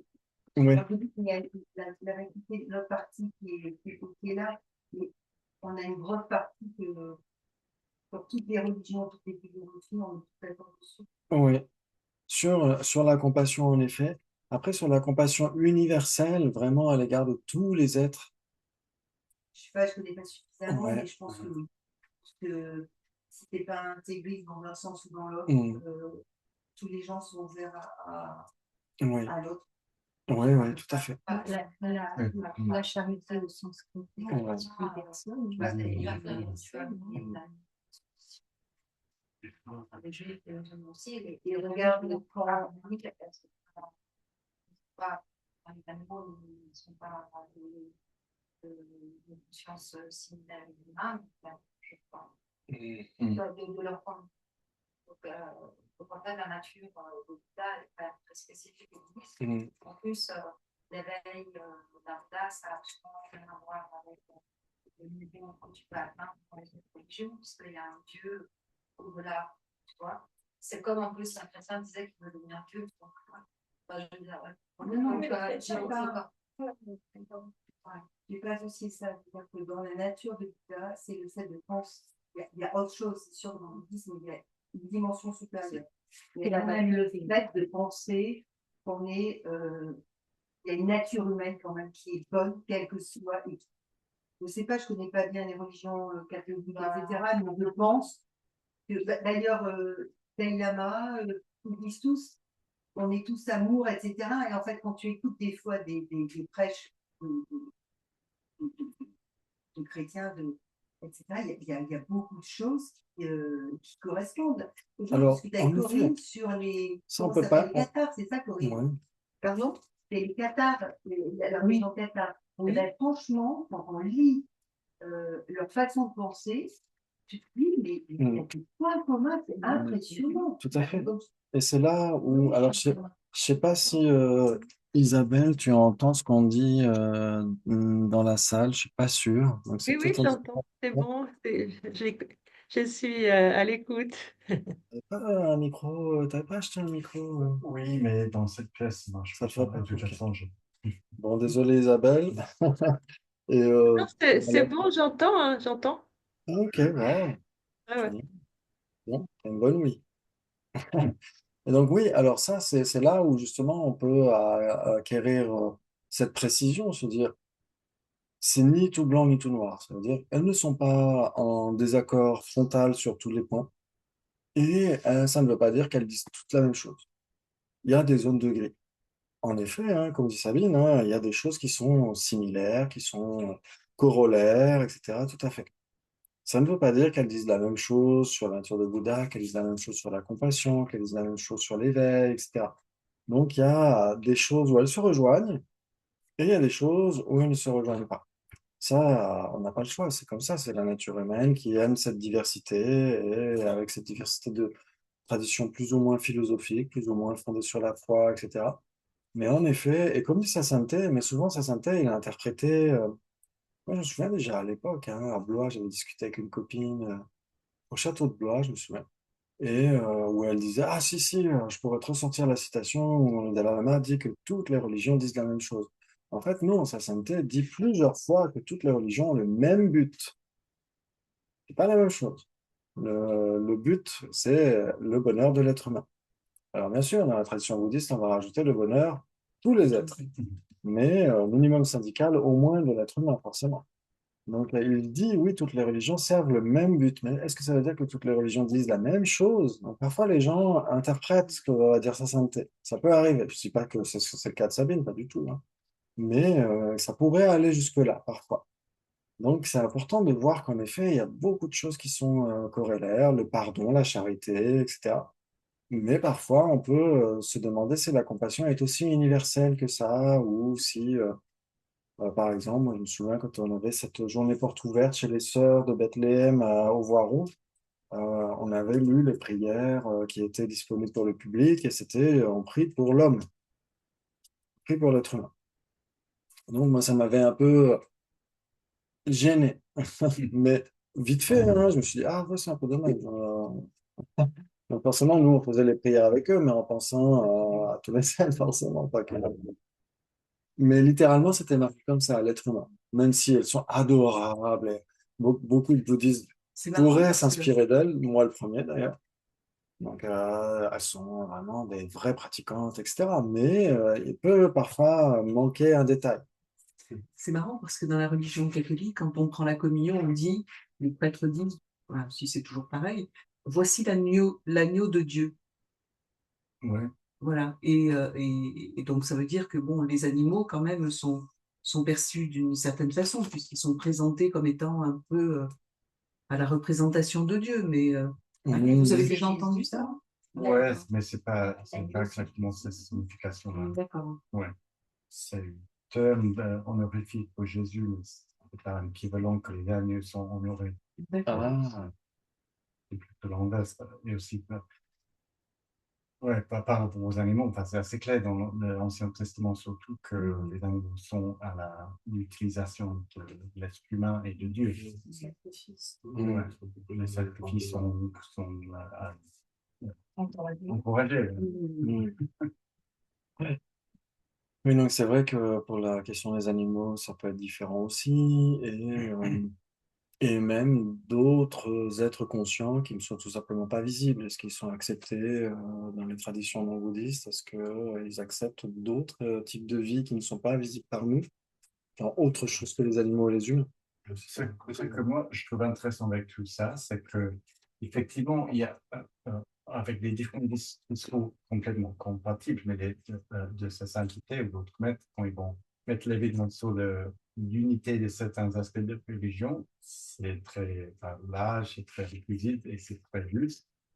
Mais quand on entre dans les débats philosophiques, c'est exactement que le Prasangika Madhyamika et pas que tous les Madhyamika, donc c'est devient pas, enfin, c'est assez restreint ce qui est véhiculé comme vrai dans l'intime. De toute façon. Tu vois, donc c'est intéressant qu'on peut avoir cette inclusivité, mais en même temps, une présentation très spécifique que dit non, ça, si tu veux atteindre l'éveil, c'est ça, Mhm. et pas ça, et pas ça. Mhm. Mais par contre, si tu veux cultiver une attitude propice à compréhension de la vie, Oui, ça, c'est assez large. Il y exactement. a beaucoup de possibilités, mais ça devient de plus en plus précis. Mhm. Tout à Peut-être fait. justement parce que c'est un chemin. C'est-à-dire, Ouais, toutes ouais, ces effectivement. religions, tout ça, c'est pour avoir une bonne éthique, le fait d'aimer les autres, etc., d'avoir une attitude comme ça. Si toutes les religions, et puis les non religieux d'ailleurs, voilà, si on était tous comme ça, peut-être qu'on aurait une meilleure éthique, on créerait moins de karma, et petit à petit, on découvrirait autre chose, et petit à petit, on ouvrirait notre porte, etc., pour aller vers du bouddhisme, pour aller faire quelle école, etc., pour aller vers la finalité, on pense finalité. Comme une finalité, mais Ouais. on peut le voir aussi comme un visage, c'est peut-être un chemin. Ouais. C'est un petit peu ce que dit Evelyn Gandalf, hein. Il dit, il y a des voix qui mûrissent et des voix qui libèrent. Donc les voix qui mûrissent, elles sont innombrables. Ça veut dire une voix qui mûrit l'esprit, c'est une voix qui prépare notre esprit. Et je me souviens avec Patricia, on avait parlé une fois de pourquoi pas, hein, peut-être que Jésus était un bodhisattva ou un Bouddha, même pourquoi pas, ou Mahomet était un Bouddha ou une émanation d'un Bouddha, et ils ont fondé ces traditions exprès pour s'adapter à l'esprit de certains êtres qui ne peuvent pas entendre Prasangika, Vacuité, etc. Et donc, pourquoi pas, c'est temporaire, ça leur permet de mûrir leur esprit, et quand leur esprit sera suffisamment bonifiés, préparés, à ce moment-là, ils pourront se diriger vers des enseignements plus bouddhistes dans le sens officiellement bouddhiste. Ouais. En effet, pourquoi pas? Et les voies qui libèrent, c'est de toute façon la sagesse de la vacuité. Donc là, on n'a pas le choix, c'est pas la Sangika, mais après lequel? Gelugpa, Kagyupa, Nimata. Donc là, après, c'est là où ça mérite de creuser les choses. Mais en effet, il y a des voix qui mûrissent et des voix qui libèrent. Les voix qui mûrissent, c'est vaste et varié, c'est très inclusif. On pourrait se dire, oui, toutes les traditions étaient enseignées par le Bouddha, pourquoi pas? Pourquoi pas? Comme on pourrait dire que même le bouddhisme est enseigné par, pourquoi pas? Pour les chrétiens, ça pourrait être le bouddhisme est enseigné par Dieu, mais sous une manière cachée, où il ne parle pas de lui-même, parce que parce qu'il sait qu'il y a des enfants, certains de ses enfants qui sont réfractaires vis-à-vis du père. Et donc, pourquoi pas? Mais certains chrétiens, moi, si j'étais chrétien, je me dirais ça. Je me dirais, voici, même le bouddhisme, c'est du christianisme, mais un peu arrangé. Mais aussi, le fait, je ne sais pas ce qui est la citation, mais je pense que la vérité est au-delà des mots. Non, on peut pas la Oui, certains décrire. disent ça. Donc, dans un certain sens, il y a toutes les traditions qui peuvent nous amener jusqu'à un certain point, et puis le dernier travail, de toute façon, c'est fait en dehors de tout schéma qu'on peut expliquer, qu'on peut nommer. Donc, moi, je, je vois un peu comme ça aussi, que peut-être avec le mysticisme chrétien, par exemple, non, ils n'ont pas toutes les explications de base de l'application, tout ça, mais peut-être avec l'unité avec Dieu, ils arrivent à une certaine méditation qui arrive aux mêmes conclusions. Mais c'est juste qu'à ce partir d'un certain moment, les mots, ils sont plus importants, enfin, ils sont, ils n'aident pas à faire des méditations. Là. Et après, certains diront que c'est difficile à dire tant que on n'a pas un enseignement sur la vacuité de la part d'un maître qui lui-même a reçu de la part d'un maître qualifié depuis le Bouddha avec une lignée ininterrompue. Si on passe pas par cette méthode-là, même si on est un grand mystique, ce serait difficile à dire. On pourrait obtenir l'éveil, etc., ou la libération. Donc, certains disent c'est marqué dans les textes. Il y a encore il y a l'incité, la vacuité, etc. Ah, c'est pareil. Oui, c'est pareil. Oui, je sais. Mais c'est à part de toutes les autres traditions. Ah, c'est une spécificité. Bah, normalement, oui. Ouais, ouais, normalement, oui. Tout à fait. Mais après, on pourrait très bien trouver des gens qui disent, ah si, la vacuité a été enseignée dans le christianisme, mais de manière métaphorique. En même temps, on n'a pas facilement accès vraiment à la théologie chrétienne.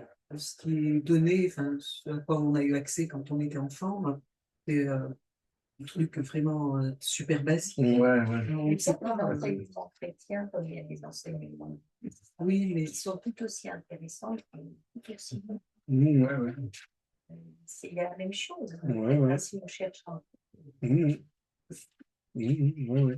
Sur YouTube, oui, par La exemple. grande différence, c'est le créateur. Là, c'est quand même la grande différence. Et puis aussi un début, il n'y a pas de fin chez eux, mais il y a un début aussi. Ouais. Donc il y a quand même des trucs marqués, des contrastes. Mais c'est tout à fait normal, parce que la psychologie humaine est très diverse et variée. Donc, ok, donc c'est là où on se dit si vraiment on veut vraiment comprendre le renoncement tel qu'il est et ça tel qu'elle est, avec la meilleure qualité qui soit, sans la vacuité, c'est impossible. C'est ce que dit sa sainteté, par exemple. Sans la vacuité, comment est-ce qu'on pourrait comprendre les souffrances les plus subtiles? La souffrance la plus subtile, la souffrance omnipénétrante ou omniprésente, la souffrance qui est cette privation de liberté à cause de l'ignorance fondamentale. Ce serait difficile de se dire, ah, si on a compris ça sans avoir compris la vacuité. Au moins avoir une notion de la vacuité. Quand on dit comprendre la vacuité, je dis pas qu'il faille la réaliser nécessairement, mais au moins avoir une certaine notion de ce qu'elle est. Sinon, on ne peut pas comprendre les quatre nobles vérités. On ne peut pas comprendre. Si on ne comprend pas les quatre nobles vérités, on ne peut pas comprendre les trois joyaux, le renoncement au ditita, etc. Tout se tient d'un bloc d'une certaine manière.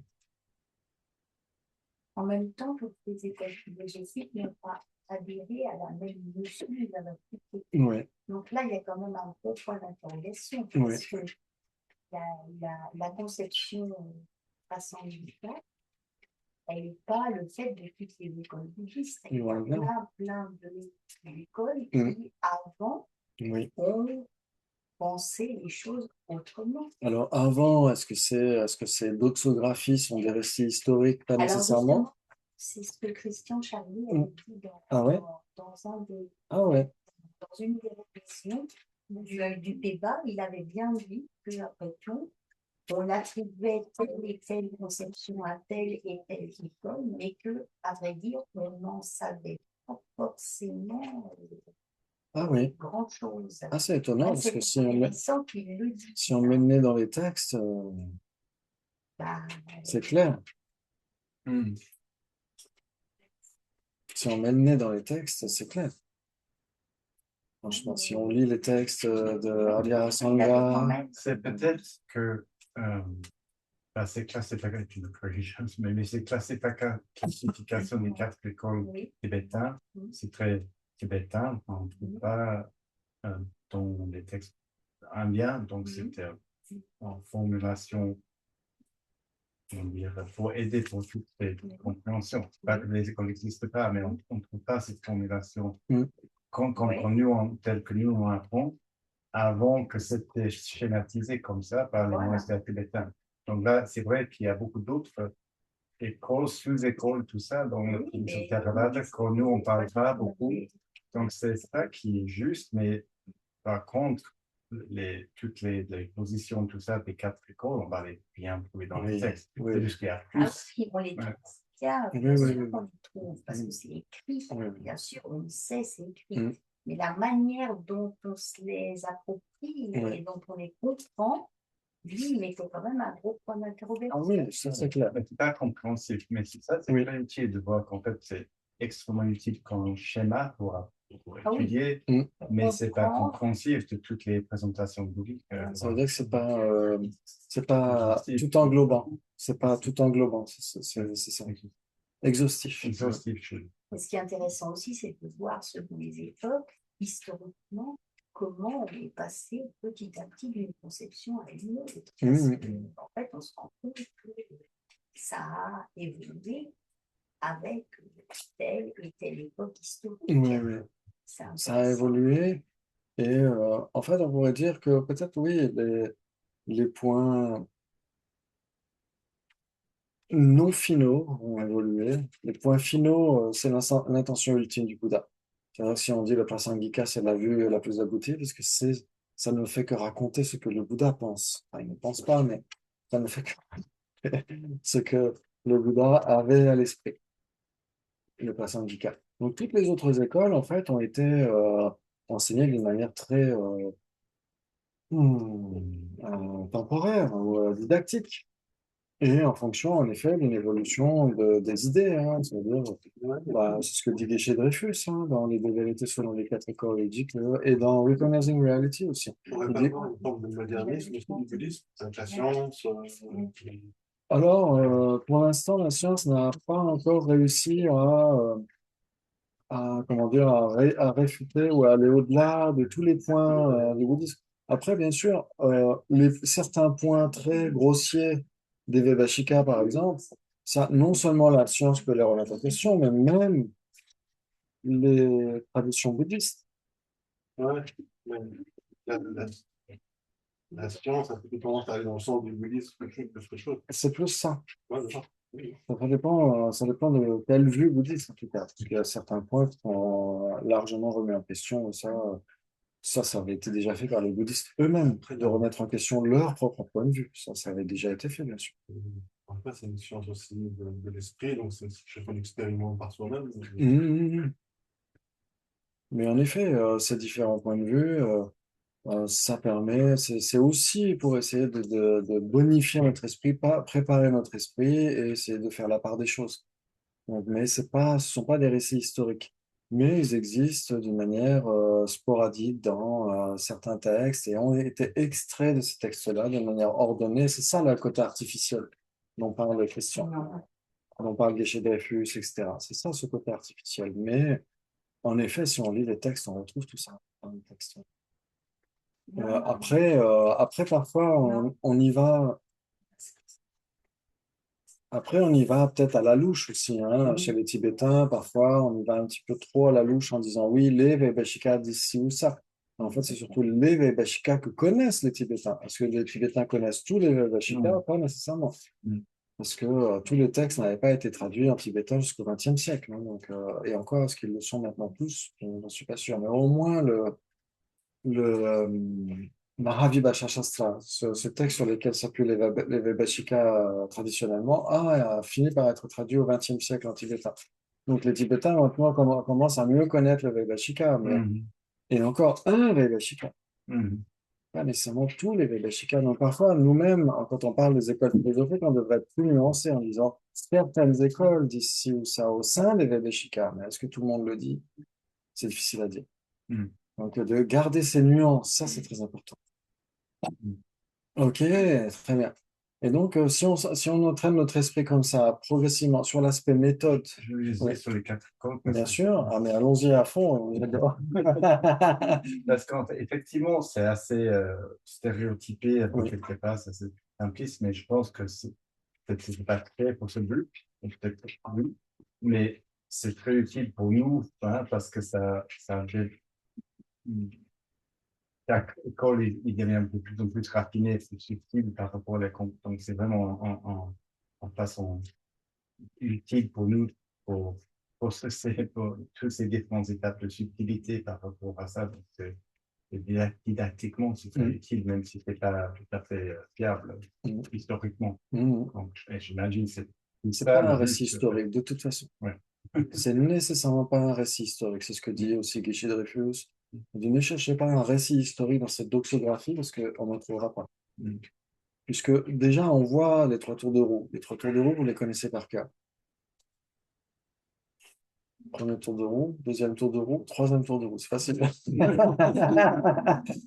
Et donc, et donc, vous connaissez les points de vue philosophiques favoris de chacun de ces trois tours de roue. C'est la vérité. Oui, et ils ont été enseignés surtout, le premier tour de roue a été enseigné par des gens qui étaient surtout d'accointance ou d'inclination. Nihiliste. Bah, il va chez quelqu'un. Oui, Vaibhashika et Sautrantika. Exactement. Pour des gens qui avaient surtout cette accointance vers ces écoles-là. Donc ça va, parce que c'est les premières. Ensuite, le deuxième tour de roue, c'est quoi? C'est la vacuité et c'est surtout destiné aux personnes qui sont de familiarisation. Non, dans la matin. Alors, les Chittamatra, ça s'appuie aussi sur le second tour, mais le considère comme interprétable. Mais il l'accepte, mais comme interprétable. Ouais, donc c'est pour les Madhyamika, en fait. Alors qu'eux, ils sont censés être en troisième. Et le troisième tour de roue, c'est pour les Chittamatra, qui sont censés être en second. C'est là où on voit qu'il n'y a pas de récit historique dans toutes ces écoles. C'est vraiment un récit progressif de raffinement, de précision, d'acuité du raisonnement pour certifier la réalité des choses. Mais pas que, hein, parce que les écoles philosophiques, en effet, se battent sur le non-soi et la vacuité, mais ils seront tous d'accord pour dire, malgré tout, que sans le non-soi, il n'y a pas de libération. C'est là où je Alors, il y a- voulais, c'est là où je voulais finir par en venir, parce que la question de Pascal est très importante. mais comme C'est tu qu'en parles effet, de même notion, si elles sont pas d'accord avec en disant ah ouais, non, la vacuité, votre vacuité n'existe pas, votre non-soi est très grossier, etc. Ils se battent sur le non-soi, mais ils sont tous d'accord pour dire que sans le non-soi, on ne peut pas avoir un vrai renoncement, une vraie bodhicitta, une vraie, enfin, de meilleure qualité qui soit. C'est ça, il y a pas une notion. Parce que c'est forcément lié. Le non-soi, c'est la réalité des choses. Qu'est-ce qui fait qu'on est dans le samsara? C'est qu'on est à l'opposé de la réalité des choses. Et donc, si on ne veut plus être dans le samsara, si on veut renoncer, si on veut obtenir la libération, si on veut obtenir l'éveil pour le bien de tous les êtres, qu'est-ce qu'on doit faire? Réaliser la réalité des choses telle qu'elle est. Forcément, puisque ce qui fait obstacle à la libération et à l'éveil, c'est de ne pas réaliser, en fait, de comprendre de travers cette réalité. Donc, c'est là où on voit où la méthode et la sagesse sont intimement liées dans la tradition bouddhiste. Ok, très bien. Bah, c'est super tout Oui, ça. la vacuité pour la vacuité, vous l'inventez. Bah, la vacuité, la Mais c'est vacuité pas pour comme la ça, comme vacuité, ça. La vacuité pour la vacuité, il y c'est a, un peu limité, quoi. il y a aucun intérêt. La vacuité, elle est là pour, on devrait chercher à la connaître, on devrait chercher à l'enseigner, on devrait chercher à la réaliser, parce que on a compris qu'en fait, tout partait de là, Mm. que tout partait de là. Et pourquoi est-ce qu'on est dans le samsara? C'est parce que, on comprend le contraire. On est dans l'ignorance fondamentale qui saisit l'opposé de la réalité telle qu'elle est. C'est là où c'est magnifique. Si on comprend à quel point c'est cohérent, on va se dire, waouh, c'est vachement. mais on ne peut pas non plus. Sans vacuité. On ne peut pas, pardon? On ne peut pas, pardon? Sans vacuité, Ah on ne peut non, pas. oui. Bodhicitta, on pourrait avoir, comme dit sa sainteté, avoir un certain feeling de la bodhicitta. Et même, pourquoi pas, certains maîtres sont d'accord pour dire qu'on peut même la réaliser. Mais ce ne sera pas une bodhicitta de meilleure qualité. Parce que la bodhicitta de meilleure qualité, ça veut dire quoi? C'est je veux obtenir l'éveil pour le bien de tous les êtres. Parce que je sais qu'ils sont dans l'ignorance, je sais que moi, je suis dans l'ignorance, je suis dans les afflictions et je suis dans le voile cognitif. Qu'est-ce qui me permet d'éliminer le voile affectif et le voile cognitif? La sagesse et la vacuité, encore et encore. Qu'est-ce qui fait que les êtres sont dans le samsara et sont en train de souffrir? Parce qu'ils n'ont pas cette sagesse de la vacuité. Et donc forcément, c'est là où on se dit, mais tout part de là. Tout part de là. Et donc c'est pourquoi renoncement et bodhicitta sont de meilleure qualité qui soit si la vacuité est comprise. Sinon, ce renoncement et cette bodhicitta peuvent exister pour certains maîtres, hein, il y en a qui l'acceptent, peuvent exister dans le continuum de certaines personnes qui n'ont pas encore vraiment compris la vacuité, mais semblent être de qualité très pauvre. Parce qu'on a une notion très vague de ce qu'est l'éveil. On se dit, ah oui, c'est le bonheur infini. Voilà. Mm. Nous, c'est correct, hein, mais c'est pas peut-être suffisamment précis. Il faut ensuite entrer dans les aspects plus techniques pour comprendre ce que ça veut dire exactement et pour comprendre ce qui cause ce résultat. Parce que si on ne comprend pas le résultat, comment est-ce qu'on peut comprendre les causes qui mènent vers ce résultat? Et qu'est-ce qui empêche ce résultat, etc. Et donc, sans la vacuité, donc c'est pour ça que c'est si important et qu'elle est mentionnée dès le départ. Ouais, ça vous parle tout ça? Ok, magnifique. Très bien. Donc, alors, peut-être que j'irai plus vite pour les autres strophes, parce que on s'est dit, tiens, on va essayer de passer en revue tout le texte au cours de ce week-end, mais il y a peut-être des chances que On fait l'intro. on soit dans l'intro et dans les points les plus capitaux. Ok, bon, il y a plein de choses que vous connaissez déjà, vous avez bien comprises, donc il y a des choses sur lesquelles je vais passer assez vite, c'est normal, hein. Ok, donc les parfaits Bouddhas, source de tout bien et de toute joie, naissent de l'accomplissement du saint dharma. Et comme ceci dépend de la connaissance de ces pratiques, je vais à présent décrire celles de tous les héritiers des Bouddhas. Ok, très bien. Donc là, ne serait-ce que parler des parfaits Bouddhas, ça pourrait prendre un week-end entier. Bon, ça, on l'a déjà fait à Genève. On a parlé des Kaya. Donc ça, c'est bien. Voilà. Donc ça, il suffit de relire vos notes. Magnifique. C'est pourquoi, donc il explique, voilà, pourquoi il va parler de tout ça, la pratique de tous les bodhisattvas et d'écouter, de contempler, de méditer sans relâche, jour et nuit, sans jamais errer dans l'oisiveté, afin de libérer soi-même et autrui de l'océan du samsara. Une fois obtenu ce vaisseau suprême, une vie humaine dotée de liberté et de richesse, difficile à trouver. Ouais, ok, très bien, magnifique. Donc ça, vous connaissez parfaitement. Est-ce qu'il y a des difficultés? Pas du tout, je pense pas, hein. Dans la mise en pratique, oui, mais dans la théorie, non, hein. Écoute, réflexion, méditation. Ouais, ça, vous le savez. Alors, bien sûr, il y a une différence entre, peut-être, des fois, on peut rajouter des choses croustillantes, parce que comme vous connaissez déjà tout ça par cœur, ça peut être juste en filigrane, comme ça, vous écoutez, mais, ah ouais, mais ça, on l'a déjà vu, donc, l'esprit n'est pas totalement là, pas nécessairement. Par contre, si on rajoute des petites choses croustillantes, peut-être que parfois, l'esprit est un petit peu plus présent. Ça peut être une manière vraiment de méditer, de prendre une strophe. Hein? Ça peut être une manière de méditer. Prendre la Ah, mais première tout à strophe, fait. sur le coussin, la lire. Ah, mais Qu'est-ce c'est que je veux? exactement ça. C'est exactement ça.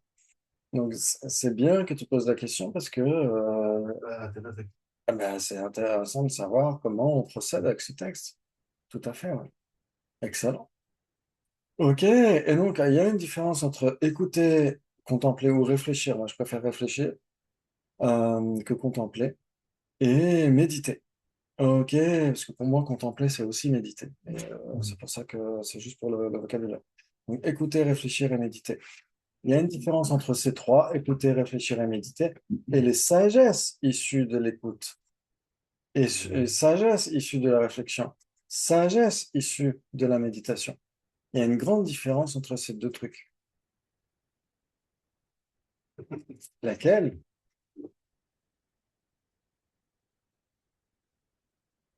Écouter, réfléchir, méditer, c'est ce qu'on fait tous. Ben, ça, j'ai plus la méditation, c'est beaucoup plus profond, beaucoup plus stable, Oui, aussi, c'est au-delà des mots, donc c'est plus intégré peut-être. Imprégnant, ouais. oui, exactement. Oui, c'est ça. Faut méditer. Oui. Et même, on pourrait le dire, la sagesse issue de la réflexion. Donc quelque chose de plus intégré, de plus compris. Parce que là, on écoute, donc on étudie, et on réfléchit sur ce qu'on nous enseigne, etc., ou sur ce qu'on lit dans les bouquins. Mais réfléchir et avoir compris, c'est deux choses différentes. Réfléchir et avoir compris, c'est deux choses différentes. Donc on peut réfléchir aux quatre nobles vérités, on peut réfléchir à plein de choses. Est-ce que ça veut dire qu'on l'a compris? C'est deux choses différentes. C'est important de se poser cette question-là. On dit les quatre nobles vérités, on peut dire aussi les quatre vérités des nobles. Oui, c'est pareil. Ouais. Mais je trouve que Oui, c'est c'est pareil. c'est ceux qui se comportent comme des nobles, dans le sens de la compréhension. Mais dans le Alors, sens noble, pas c'est classique. Je pense oui, que c'est une vérité qui est oui, ça veut dire maintenant, quoi? Ça veut dire quoi, un noble? Une personne noble, c'est quoi? une vérité noble. Oui. Quelqu'un qui se comporte d'une façon Supérieur. pas supérieure, non, justement, il y a quelque chose de plus, Ah non, quelque chose de plus, justement, de plus humble, peut-être. j'essaie de savoir ce que Noble, Alex a à l'esprit par rapport humble, à ça. peut-être une forme d'humilité, dans le sens noble, non? Non. Est-ce que ça peut... Et c'est La vérité les des nobles neufs. ariens. Voilà. Oui, mais oui, justement. C'est ça, noble. Mais c'est quand t'es pas Dans le Mais sens c'est, oui, pur, les êtres, je veux dire, les Ah êtres non, supérieurs. dans quel sens? Qu'est-ce qu'un aria? C'est quoi un aria? L'exception directe de la Voilà, alors justement, c'est là où on peut se dire qu'il y a des différences. Normalement, oui, pour l'école la plus aboutie, c'est ça que ça veut dire. Mais il y a des écoles qui pensent qu'il ne faut pas nécessairement avoir une réalisation directe de la faculté pour être un aria. Il y a des écoles philosophiques qui pensent qu'il faut simplement avoir réalisé les quatre nobles vérités et leurs 16 aspects directement pour être un aria. Et donc, si on réalise l'impermanence, la souffrance, le vide et le non-soi, la cause, la production, le fort développement, la condition, etc., si on réalise la cessation, enfin bref, tous les 16 aspects, etc., directement, pour les prasangika, on n'est pas encore en arrière. C'est pour ça que, on peut parler des vérités elles-mêmes qui sont des vérités nobles. Ça veut dire qu'elles s'adressent à des Aryas, mais est-ce qu'elles sont nécessairement réalisées par des Aryas? Pas nécessairement, du point de vue prasangika. Pour être un Arya, il faut réaliser la vacuité des 89 vérités et la vacuité des 16 aspects des 89 vérités directement. C'est là où on est un Arya. Ouais, c'est pour ça que les Prasangika diront pas toujours les quatre vérités des nobles Aryas. Ils ne diront pas toujours. Parce qu'ils savent très bien que parfois, ce sont des non-Aryas qui réalisent directement les 16 aspects des quatre nobles vérités. Ils ne sont pas encore des Aryas. Ils n'ont pas encore réalisé la vacuité directement. Mais ils ont réalisé les vérités directement. Et c'est là où il y a des distinctions. Ouais. Ok, donc ça c'est une question annexe. Maintenant, je reviens à ma question. Qu'est-ce qui fait la différence justement entre ces trois, écouter, contempler ou réfléchir et méditer, et les sagesses qui sont issues de cela? Donc il y a une compréhension, quelque chose d'intégré quand on a cette sagesse. C'est deux choses différentes. Là, ça veut dire que quand on a la sagesse de l'étude et de la réflexion, on peut les avoir sur les voies d'accumulation et de préparation. Ouais. La sagesse issue de la méditation, elle est nécessairement à partir de la voie de préparation. Ouais. Oui, et donc en effet, pardon, les deux premières sagesses sont sur la voie d'accumulation. Et nécessairement. Et elles peuvent être ailleurs aussi, hein, mais elles commencent sur la voie d'accumulation. Alors que la sagesse issue de la méditation, elle commence à la voie de préparation. Comme sagesse dans le sens sagesse accomplie, Oui, perfectionnée. oui, Parce qu'on peut avoir une certaine sagesse issue de la méditation, même avant le chemin oui, de l'accumulation. oui, Quel état du monde? oui, exactement. Tout à fait. Ça veut dire que, en effet, pour plus de précision, la sagesse issue de la méditation, qui a pour objet la vacuité, c'est plus précis d'ailleurs, en effet, n'advient qu'à partir de la voie de préparation. Avant, c'est impossible. C'est-à-dire qu'avant ça, la personne n'a pas encore obtenu calme mental et vision supérieure. Et donc, qui ont pour objet, cette personne n'a pas encore obtenu l'union des deux avant la voie de préparation. Et donc, cette personne n'a pas encore obtenu la sagesse issue de la méditation. Ok, mais je ne veux pas vous embrouiller trop avec ça. C'est juste qu'il y a des différences entre ces trois-là, ces trois sagesses. Ouais, ok. Et si je vais trop dans les détails, après, ça va faire l'effet inverse. Au lieu de vous attirer et d'attirer votre esprit là où je veux que votre esprit aille, vous allez vous dire, ah ouais, mais ça serait compliqué. J'écouterai l'audio. Ok, très bien. Donc, ok, donc c'est juste pour essayer de reparler de ça, l'écoute, la réflexion et la méditation. Donc, tout simplement parce que c'est progressif. Et nous, ça, on fait tout ça dans tous les domaines. Dans tous les domaines, on fait ça. Ok, très bien, très bien, très bien. Afin de libérer soi-même et autrui de l'océan du samsara, ça vous savez parfaitement ce que c'est. Vous savez, vous connaissez parfaitement la définition du samsara. Ok. Et vous connaissez parfaitement la définition de conscience humaine avec les 18 libertés, richesses, etc. Ça, vous connaissez par cœur. Ok. La pratique de tous les bodhisattvas de renoncer à son pays natal ou l'attachement aux proches, aux amis, nous submerge tel un torrent où la haine envers les ennemis fait rage en nous tel un brasier et les ténèbres de l'ignorance obscurcissent ce qu'il faut adopter et rejeter.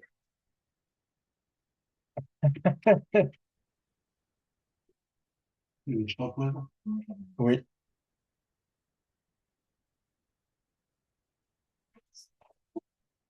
ouais, c'est sympa. Ouais. C'est Il est midi, ouais.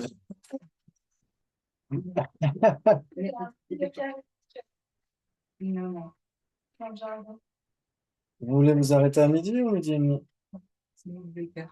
Les écarts. Ouais, c'est midi et quart. Entre deux. Vous voulez vous arrêter maintenant? Parce que peut-être vous n'êtes peut-être pas tout à fait dans le Donc, on va peut-être s'arrêter là maintenant. C'est peut-être mieux. Ouais, on va faire comme ça. Ok, très bien. Très bien, très bien. Donc, on reprend à Euh, 14h, 14h, 14h15, environ, comme tu as mis sur le message, 14h environ. Oui, Ça te va, merci. Isabelle? J'ai une petite question. Oui. À quelle strophe tu étais la Ah dernière? oui, je ne les ai pas donné les numéros. Donc là, on était à la 2, à celle qui est numérotée 2. Non? Alors attends, Ah, je peux pas faire un partage d'écran, je pourrais pas. Mais en tout cas, si tu comptes le nombre de strophes, c'est la quatrième, mais c'est celle qui est numérotée 2, parce que les deux premières, c'est vraiment introductif. D'accord. Ouais, Ah, ok. t'as retrouvé? Oui, donc on recommençait en fait ou? En fait, on essaie parce que vous aviez Pardon, terminé pardon, peut-être la d'accord, dernière d'accord, fois, c'est ça, et d'accord. c'est juste un passage en revue pour voir s'il y C'est avait des bien, points à éclaircir ou super. voilà. Ouais, C'est on va bon. essayer de faire comme ça. Oui, bon Impeccable. appétit à tout le monde. Merci, bon appétit, à tout à Au l'heure. revoir. Salut, salut Isabelle.